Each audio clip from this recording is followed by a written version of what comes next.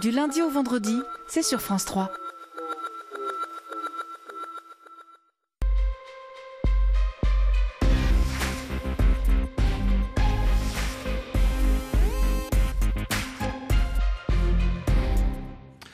Bonjour, bienvenue en Normandie pour votre émission Dimanche en politique. La saison de pêche à la coquille Saint-Jacques a été lancée cette semaine au large de la baie de Seine. 250 navires normands participent à cette campagne qui va se poursuivre jusqu'au mois de mai. Un début de saison marqué par la rivalité avec les Britanniques. Personne n'a oublié ces affrontements le 28 août dernier, des images qui ont pu choquer mais qui montrent la dureté des relations entre les Anglais et les Français. Nous serons en duplex dans quelques instants de Port-en-Bessin avec Franck Touche. Son bateau a été fortement endommagé lors des incidents. Un appel aux dons a été lancé pour lui permettre de reprendre la mer. Alors pourquoi de telles tensions avec les Britanniques? Faut-il revoir les accords? Y a-t-il assez de coquilles pour tout le monde? Et puis à quel prix? Quelle qualité? Nous allons en parler avec nos invités. Dimitri Rogoff, président du comité régional des pêches, bonjour. Bonjour. Éric Fouché, chercheur à l'Ifremer, bonjour. Bonjour. Et Sébastien Jumel, député de Seine-Maritime et maire de Dieppe pendant 10 ans. Bonjour.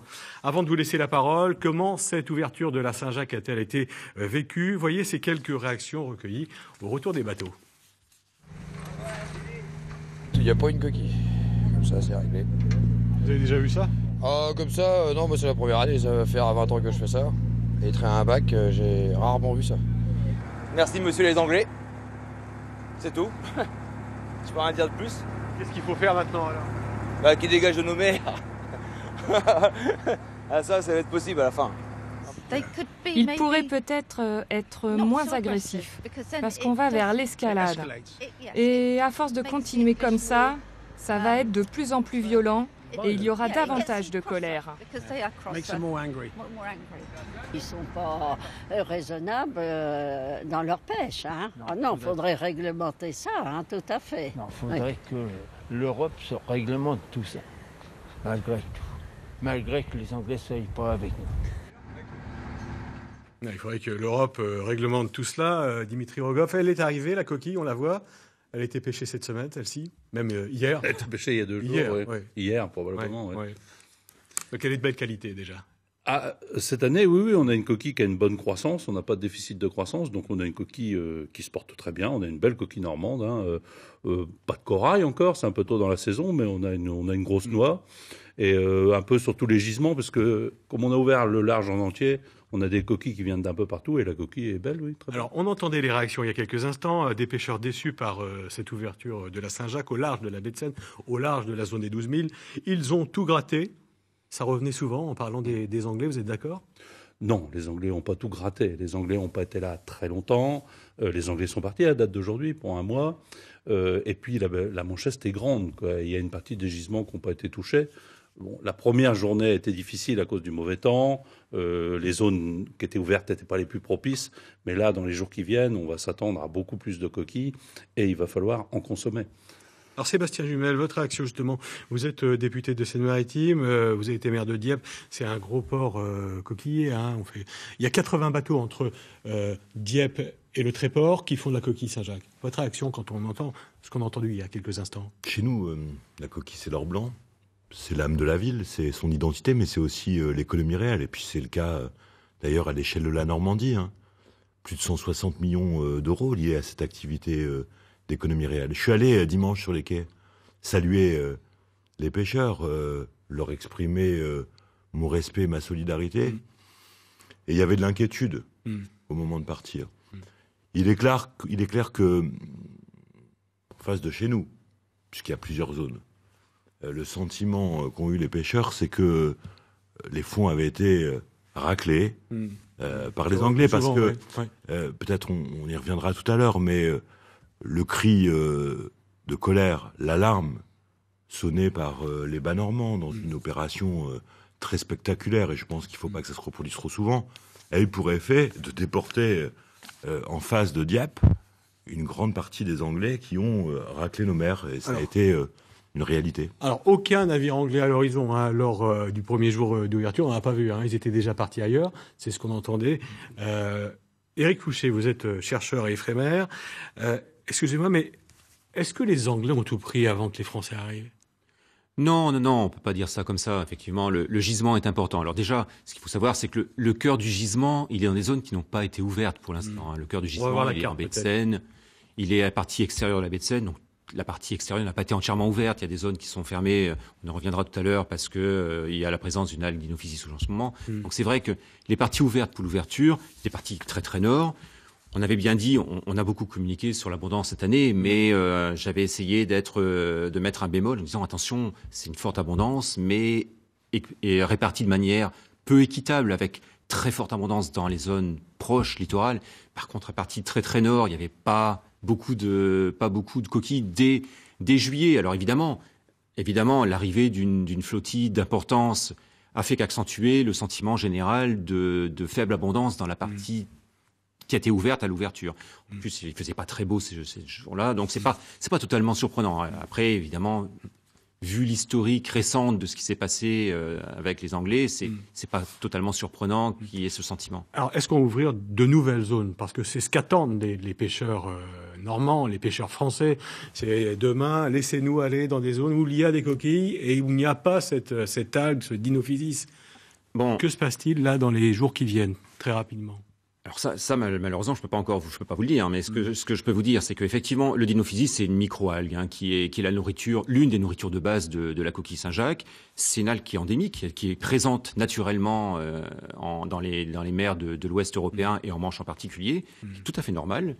Et c'est pas une maladie, c'est ce que... Non. Effectivement, on a lu beaucoup. C'est une maladie, un virus, une bactérie. Non, c'est une microalgue. Donc une algue, c'est une plante, et une plante, ça peut sécréter des toxines. Ça existe aussi au niveau terrestre. Il n'y a pas de risque pour l'homme. Ah bah si, il y a des risques. Il y a des risques, il n'y a pas de risque grave. Avec le Dinophysis, si, c'est quand même, il peut y avoir des risques de maux de ventre, des diarrhées, voilà. Donc c'est quand même pas neutre, si vous voulez. C'est pas neutre, c'est bien pour ça que c'est fermé. Mais c'est une algue qui prospère quand l'eau est très chaude et qu'il fait beau. Donc on est dans cette situation-là, ça va se réguler naturellement. Alors on va partir à Port-en-Bessin. C'est un village de 1800 habitants qui vit en partie grâce à la coquille Saint-Jacques. 60% de l'activité du port et des revenus des pêcheurs est due à la coquille Saint-Jacques. Avec nous, Franck Touche. Bonjour. Alors vous êtes devant votre bateau qui est en cours de restauration, même qui va reprendre la mer dans les jours prochains. Mais d'abord, on va voir une image. C'est le même bateau, d'ailleurs. Regardez bien, c'est la même coque. C'est cette image de ces affrontements avec les navires britanniques. C'était le 28 août dernier. Votre navire s'est retrouvé coincé entre des bateaux anglais. Il y a eu des dégâts. Il est actuellement en réparation derrière vous, donc à Port-en-Bessin. Et un appel aux dons a été lancé pour vous permettre de reprendre la mer. D'abord, est-ce que vous avez peur? J'imagine que c'est un événement particulier que vous avez vécu il y a quelques mois, quelques semaines. Oui, j'ai eu peur, mais bon, je pensais pas que ça allait en arriver à ce point-là, quoi. Et c'est vrai que c'était quand même assez musclé quand même, mais j'ai pas... Oui, on a eu peur quand même, oui, très peur. Mais qu'est-ce qui s'est passé? Expliquez-nous, alors, avec un peu de recul. Il y a eu 35, on a entendu dire qu'il y avait 35 navires français qui sont allés à la rencontre de 5 bateaux anglais. Est-ce que c'est ça? Ouais, c'est ça. Bon, déjà, ça s'est passé au moins 15 jours avant, parce que les collègues commencent déjà un petit peu à en avoir marre que voir tous ces bateaux étrangers, bateaux anglais, étaient déjà là avant nous. Et donc, nous, on s'est contactés entre nous, donc on s'est fixé une date pour... faire montrer qu'on était là, qu'on n'était pas content de les voir, qu'ils n'étaient pas bienvenus en attendant. On a toujours dit, de toute façon, on ne s'est jamais opposé à ce qu'ils viennent pêcher la coquille Saint-Jacques, mais qu'ils respectent exactement la même date que nous. C'est tout. On n'a pas...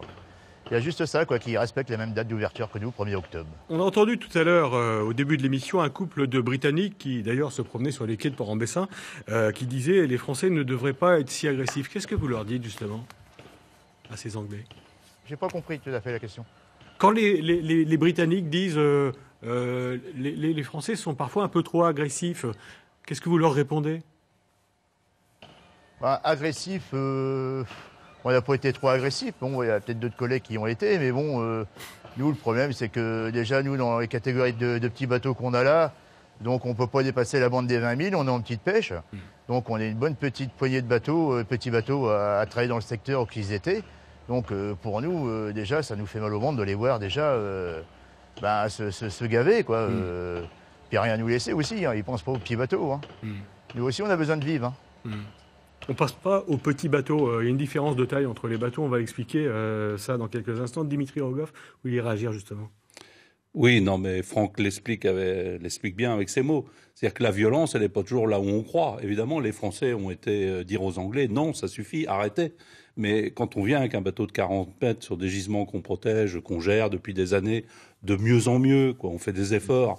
Quand on vient tout piller comme ça au nez à la barbe des autres, c'est une forme de violence. C'est une violence économique, c'est une violence environnementale. Il y a aussi une violence sociale dans ces bateaux-là. Nous, on fait vivre des marins qui habitent ici.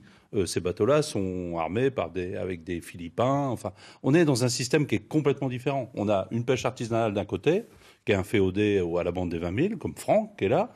Il travaille jusqu'à 20 000 avec son bateau. Et de l'autre côté, on a une flottille industrielle, vraiment industrielle, qui appartient en partie à des Canadiens, à des gros capitaux, et qui vient littéralement piller les gisements, qui vient profiter de la bonne gestion. Et autant ils sont en droit juridiquement, mais ils n'ont pas de bons droits. Ils devraient au moins satisfaire à quelques règles de partage. Et ça, ils les adoptent même pas. On va écouter, juste avant de vous laisser la parole, Sébastien Jumel, la réaction de Martin Oates. C'est un journaliste anglais de la BBC qui a couvert justement les affrontements entre Français et Britanniques il y a quelques semaines, le 28 août dernier. Écoutez ce qu'il pense de ce conflit entre pêcheurs dans les deux pays. Il croit que les marins français et bien les marins espagnols et les Hollandais profitent beaucoup sur l'allocation des quotas. Le gouvernement britannique a dit clairement que ce partage des eaux, des poissons, va continuer. Mais la question est en quelle mesure? Parce que les marins britanniques veulent absolument réclamer une grande quantité de poissons qui actuellement sont attrapés par les Français et les Espagnols.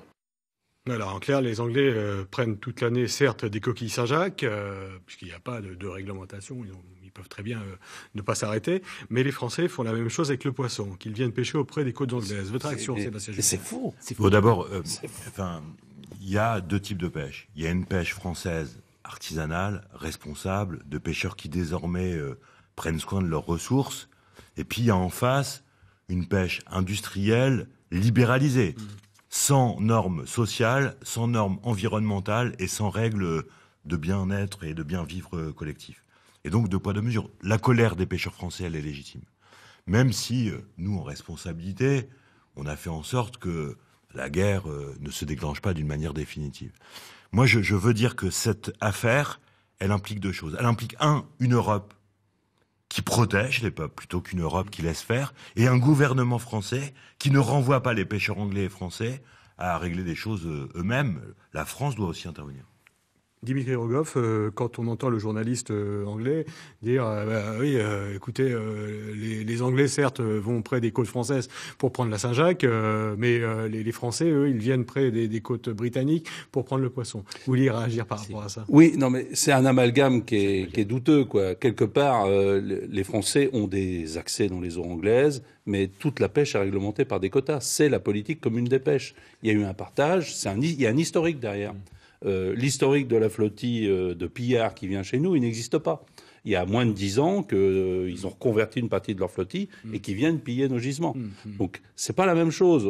Les Français pêchent dans un cadre réglementaire, dans un cadre européen qui est bien défini. La pêche à la coquille, elle est un peu hors cadre.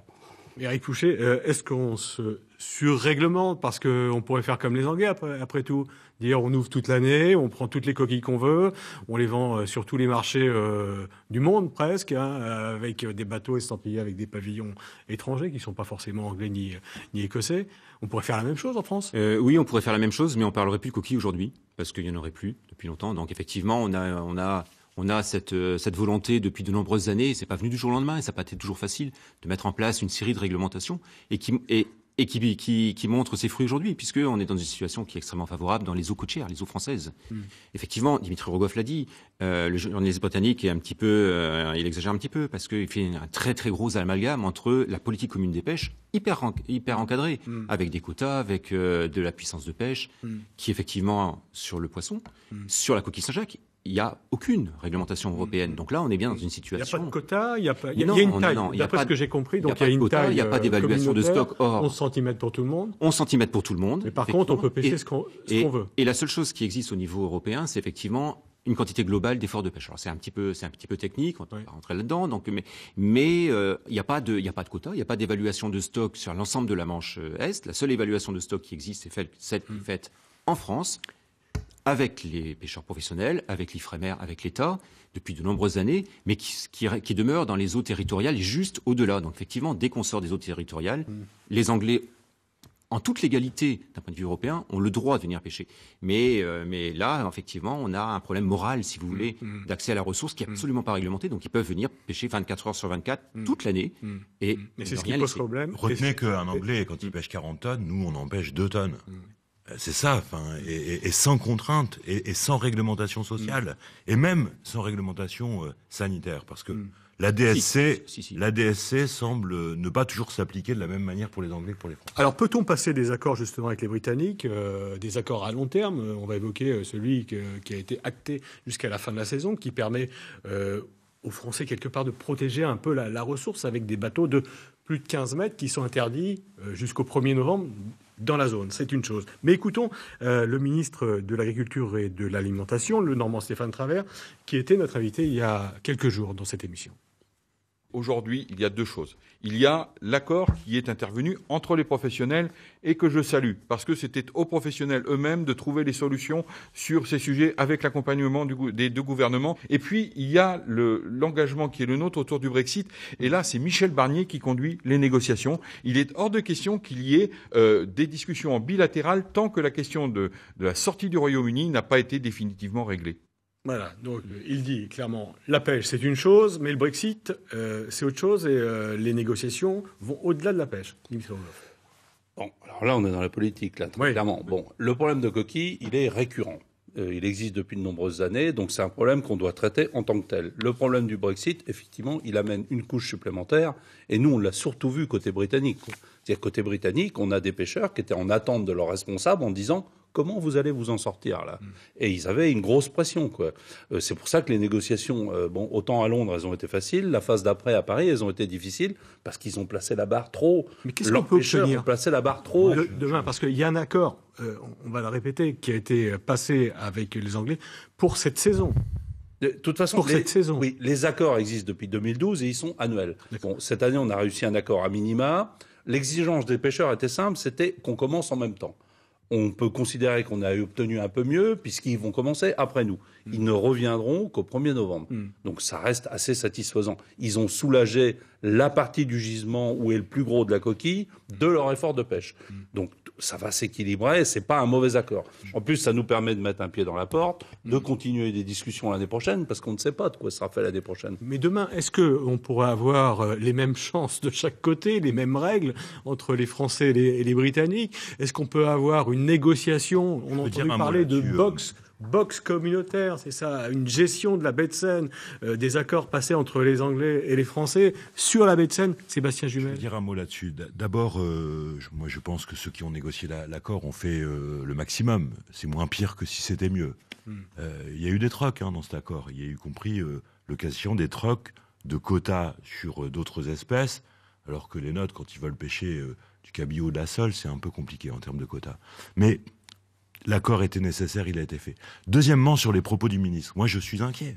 On a affaire à un État spectateur. Et l'appréhension que j'ai, c'est que, pour faire simple, que la City et d'autres intérêts économiques passent avant les intérêts de la pêche et de l'agriculture. Donc, quand le ministre dit c'est Barnier, on verra, c'est une négociation globale, inquiétude sur la pêche. Troisième élément, sur qu'est-ce qu'il faut ? Il faut des règles communes qui s'appliquent aux pêcheurs de la même manière, pour les protéger, pour protéger la ressource. Et ça va pas être facile si l'Angleterre sort de l'Europe. Ça ne va pas être facile, mais il faut, de ce point de vue-là, donc un État qui dit pas aux pêcheurs mettez-vous d'accord entre vous, parce que c'est ça dont il s'agit. Mais des États qui prennent leurs responsabilités et qui, dans les négociations, défendent les intérêts des pêcheurs français. On va retourner à Port-en-Bessin, retrouver Franck Touche, le patron du Sachal EO, qui a été coincé dans cette bataille navale entre les Britanniques et les Français le 28 août dernier. Tout d'abord, on voit votre bateau derrière vous. Où en êtes-vous justement? Il est prêt à repartir en mer? Oui, d'ici 17h, il va être prêt, les travaux sont finis. Donc on ne pourra que redescendre que lundi matin à 8h30, 9h moins le quart, on pourra le remettre à l'eau. D'accord. Donc ça a été plus court que prévu parce que vous aviez de grosses craintes après ces incidents, après cette frayeur. Oui, déjà, ça fait quand même un mois et une semaine qu'on est à quai. Donc on a eu de la chance déjà que le chantier Bernard, juste à côté de moi, puisse déjà intervenir au plus vite. Parce qu'il nous a pris vraiment entre deux bateaux, quoi. Et il a mis du personnel, il a immobilisé du personnel à notre bord pour qu'on puisse repartir au plus vite. C'est déjà une bonne chose que le bateau soit déjà prêt, quoi, au bout d'un mois et une semaine. Et il y a une souscription, on est content de repartir à la mer. Une vague de solidarité, le dire en votre faveur pour vous permettre de reprendre la mer assez vite. Oui, il y a une bonne solidarité qui a été faite avec les collègues marins-pêcheurs et les mairies qui nous ont bien aidés, surtout bien aidés. Puis beaucoup de gens solidaires qui comprennent aussi sur le site Wunfumi, et puis qui nous ont bien aidés quand même pour... Vraiment, je les remercie tous ces gens-là. Simplement pour finir, est-ce que vous avez une appréhension à retourner en mer et à croiser de nouveau les bateaux anglais? Appréhension, non, parce que pour l'instant, vu ce qu'il y a en coquille Saint-Jacques, je crois qu'on va attendre un petit peu que les zones les plus proches ouvrent pour qu'on puisse y retourner. Mais après, non, on va éviter de s'approcher de trop, comme on peut dire. Quoi. Mais non, j'appréhende pas les croiser. Après, il vient de le 1er novembre, et tout le monde y sera. Merci, on va vous retrouver dans quelques instants. Alors, les Français, on va voir quelques chiffres. Les Français aiment la coquille Saint-Jacques, Dimitri Rogov. Quand on regarde la consommation, 150 000 tonnes consommées chaque année dans le pays. Alors qu'on pêche, ce sont des chiffres qui sont connus, on pêche 5 fois moins de coquilles, 30 000 tonnes simplement. Alors le reste, ça vient d'Angleterre, d'Espagne ou encore du Chili. Oui, c'est-à-dire que le marché des pectinidés, c'est pas que de la coquille Saint-Jacques. C'est-à-dire tous ces produits-là sont des noix de Saint-Jacques. Mais effectivement, il y a les vraies coquilles, les Pecta Maximus qu'on trouve en Europe, la coquille française, quoi. Et à côté, il y a tous les produits d'importation. Alors le marché français est un des plus gros marchés au monde. C'est un marché de grande consommation. Donc souvent, on déplore les importations, mais les importations sont quelque part nécessaires. De toute façon, globalement, sur tous les produits de la mer, on importe quasiment les 3/4 de ce qu'on mange. Donc, puisqu'on est des gros consommateurs. Nous, ce qu'il faut en tant que producteurs, c'est qu'on mette notre produit en avant, qu'on le valorise. Et sur la coquille, on sait qu'il y a un potentiel énorme de valorisation. Quand vous dites il faut valoriser le produit, la coquille Saint-Jacques, est-ce que c'est dire aux gens, justement, la coquille Saint-Jacques, ça ne se mange, ça ne se consomme que pendant les périodes d'ouverture, notamment entre le mois d'octobre et le mois de mai. Et l'été, c'est pas la peine, c'est de la coquille Saint-Jacques congelée qui vient d'ailleurs. Tout à fait. C'est-à-dire que nous, on pêche 8 mois de l'année pour des raisons de ressources, pour des raisons aussi culturelles. Et c'est ce qui nous différencie. On parlait des Britanniques tout à l'heure. Nous, on consomme nos produits. Nous, culturellement, on aime la coquille. C'est un emblème régional, c'est un emblème gastronomique, c'est l'emblème de la pêche. En face de nous, on a par exemple des Britanniques qui ne consomment pas leurs produits, qui nous l'envoient. Donc la saisonnalité, c'est une notion importante. On mange des coquilles l'hiver, on ne mange pas des coquilles quand il y a des cerises. Et c'est quelque chose qu'il faut garder, quoi. Puisque ça rythme la saison, ça rythme l'ouverture, la fermeture. Enfin, on a des dates importantes. Et est-ce que la spécialité, quelque part, des Français et des Normands, ça n'est pas de faire de la coquille fraîche, et les autres font de la noix de Saint-Jacques? Parce que ce n'est pas une filière... On a un peu l'impression qu'il est très développé ici, dans notre région. Le décortiquage, il y a des efforts à faire. Il y a des efforts qui sont faits, le comité régional essaie d'impulser des choses, mais il y a port par port, et notamment en Normandie, des marges de progression énormes pour mieux valoriser les produits de la mer. Les Bretons sont, de beaucoup de points de vue, meilleurs que nous là-dessus. Alors là, je suis pas du tout d'accord. Pour que le sentiment d'appartenance soit plus fort, pour que la valorisation des produits de la mer sur place soit à la hauteur. Moi, je vais prendre l'exemple de la criée Dieppe. La criée Dieppe, pour plein de raisons, n'est pas suffisamment attractive pour nos pêcheurs. Il y a donc besoin, et pas seulement en Basse-Normandie, je le dis amicalement, de travailler à une meilleure valorisation de cette filière. Mais je reviens à ce que je disais. On est un peu les spécialistes de la coquille Saint-Jacques fraîche, consommée pendant l'hiver, durant les fêtes. Et on a cette image-là. Et nous sommes d'ailleurs dotés d'une pêche artisanale avec, on l'a entendu, plutôt des bateaux de 12, 15, 16 mètres. Est-ce que demain, on peut changer ou évoluer vers des noix de Saint-Jacques et en faire, je dirais, une spécialité, nous aussi ? Il faut pas ça. Pourquoi faire ? Pourquoi faire, vous dites ? Mais non, mais quelque part, on valorise nos produits, on les valorise très bien sur un marché de frais. Si effectivement on les transforme et qu'on se met en concurrence avec des produits d'importation, on va tirer le produit vers le bas. D'accord. Ce qui fait notre force, c'est justement qu'on a une consommation locale, on est sur un marché extrêmement demandeur, donc il n'y a pas de souci, on a tout pour gagner, quoi. Et il faut qu'on en profite, et il faut que les consommateurs aient ce réflexe-là. Et on sait que la consommation est un peu segmentée. Il y a des gens qui sont capables de mettre un peu d'argent dans un beau produit. Et on a un beau produit. On a un beau produit. On le voit d'ailleurs à côté de vous, Dimitri Rogov. On arrive pratiquement à la fin de cette émission. La coquille Saint-Jacques, vue par le dessinateur Chenu. Eh bien, regardez, ça donne ça. D'ailleurs, il rend hommage également à Charles Aznavour, qui nous a quittés cette semaine. Bonjour à tous. Alors, j'ai fait le pari de rendre hommage à Charles Aznavour tout en vous parlant de coquille Saint-Jacques. Alors hier encore, c'était la guerre avec l'Angleterre. Non, je n'ai rien oublié, la violence avec laquelle les Anglais nous ont attaqués. Et puis, il y a eu l'accord de Londres, et là on s'est remis à espérer. En plus, les scientifiques nous ont annoncé que c'était une année exceptionnelle. Bon, alors voilà, on entendait chanter sur les quais de Port-en-Bessin, emmenez-moi au bout de la Manche. Hein. Et puis on se voyait déjà en haut de l'affiche, voilà. Sauf que les Anglais, ils étaient déjà passés avant nous. Hein. Et donc là, on s'est pris un bon coup dans les noix, comme ils disent. Non mais attendez, si ça continue, hein, la marine, elle va mourir. Hein.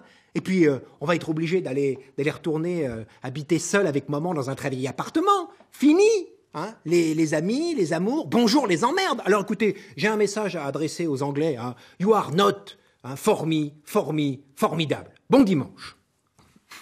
Bon dimanche, Chenu, merci. Formidable, la coquille, elle est belle. Et il y en aura beaucoup pour cet hiver, Dimitri Rogov. Il y en aura pour toute la saison, sans aucun problème. Il y en aura à Noël. On est sur un gisement qui est vraiment énorme, on parle d'écouler sur plusieurs années. Donc. En baie de Seine, hein, quand ça va ouvrir en baie de Seine. En baie de Seine. C'est-à-dire auprès des côtes françaises. Hein. Auprès des côtes françaises, oui. Dans des gisements où les Anglais n'ont pas accès. Et à quel prix, pour l'instant ? Écoutez, le prix... On ne parle pas de prix, si ?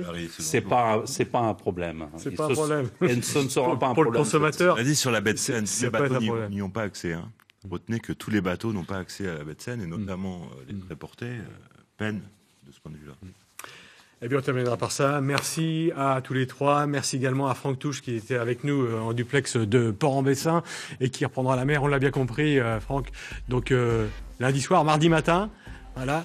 Merci beaucoup d'avoir participé à cette émission. Bon week-end sur la 3 et n'hésitez pas à goûter à cette coquille Saint-Jacques made in Normandie. Elle est belle, de belle qualité. Il y en aura beaucoup pour cet hiver. Bon week-end et à très bientôt.